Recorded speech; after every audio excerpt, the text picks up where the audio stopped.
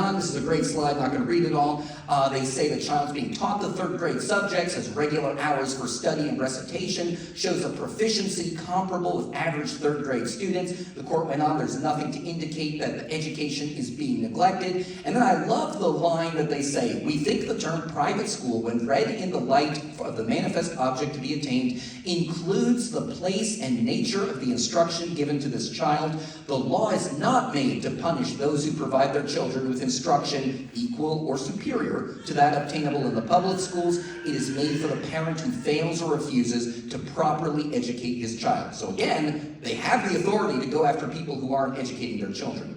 Just as an aside, as your friendly lawyer, this is why we encourage families to keep records of what they're doing. Even though Illinois has great homeschool laws, this is why I always tell families, you don't have to give it to the school district, but keep records of what you're doing. Work samples, as you would do in a state that has high regulation. You're never going to show it to anyone, but it provides evidence in the very unlikely event that a truant officer did come and say, well, you know, we don't think any education is happening here. Fun fact, in 5 years, we have only had one school district that's come after an HSLDA member family. It was a false allegation of educational neglect. The Regional Office of Education contacted them and said, you need to bring all your work samples to the Regional Office of Education so we can see if an education is happening.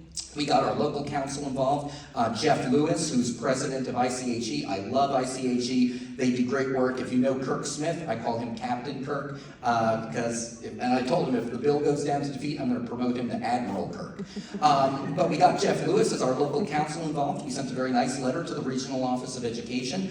We said, well, this is a criminal statute. Do you have probable cause that the family is not educating their children? And we never heard anything back, because it is a criminal statute. And the government can't just do a fishing expedition on your fundamental right. They have to provide probable cause. And if they did, the family did have all their records, then we would have happily given that.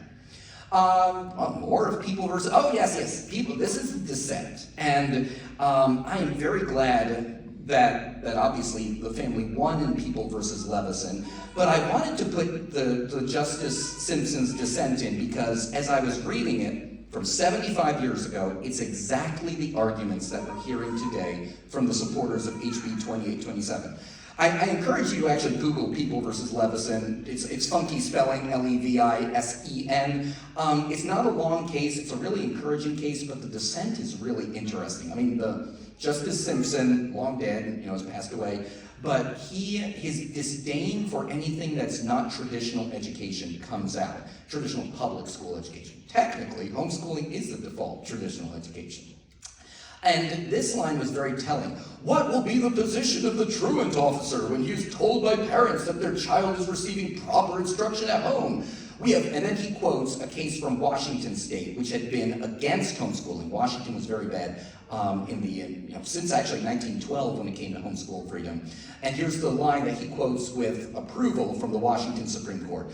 We have no doubt many parents are capable of instructing their own children, but to permit such parents to withdraw their children from the public schools without permission from the superintendent of schools and to instruct them at home would be to disrupt our common school system and destroy its value to the state, end quote. Because this battle over HB 2827 is not a new battle. It's that fundamental battle of really two things. Where do our rights come from? Do they come from, as our founders said, endowed by our Creator with certain inalienable rights, or do they come from the state? There's whole philosophical debates about that. I talk about them in the law review article that I wrote. But if our rights come from the state, then the state can take them away. But if our rights come from our Creator, then we are endowed with them and nobody can take them away. I joke with my kids all the time. I'm like, what kind of a country do we live in? And they're like, they know now. They're like, a free country. So the other day I was like, go clean your room. They're like, we live in a free country. I'm like, no, it doesn't work that way. But we live in a free country. We are endowed by our Creator with certain inalienable rights. And homeschooling, parental rights, the rights that you have, the rights that your grandchildren have, the rights that your great-grandchildren, by God's grace, will have, the rights that our grandparents had, those first start with the understanding that children are a gift from the Creator, gift from the Almighty, that we are there to be responsible to raise and prepare our children, and they're not the state's children. But this philosophy of Justice Simpson, its benefit to the state, it's what Coalition for Responsible Home Education has, it's what the sponsors of HB 2827 and the supporters of it have. It's a worldview that is deeply antithetical to what we have as homeschoolers. And it's not new. It's here in 1950.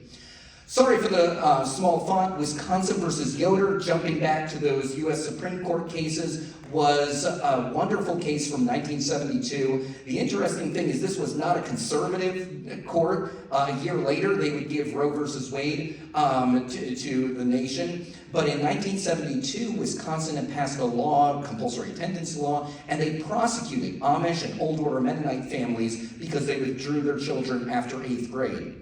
And in a ringing announcement, the U.S. Supreme Court reversed their convictions and said this case involves the fundamental interest of parents as contrasted with that of the state to guide the religious future and education of their children. The history and culture of Western civilization reflect a strong tradition of parental concern for the nurture and upbringing of their children. This primary role of the parents in the upbringing of their children is now established beyond debate as an enduring American tradition. Incidentally enough, Wisconsin versus Yoder with the Amish and Old Order Mennonite, I've been dusting it off again because if HB 2827 passes, as you know, Illinois has a very large Amish and Mennonite community.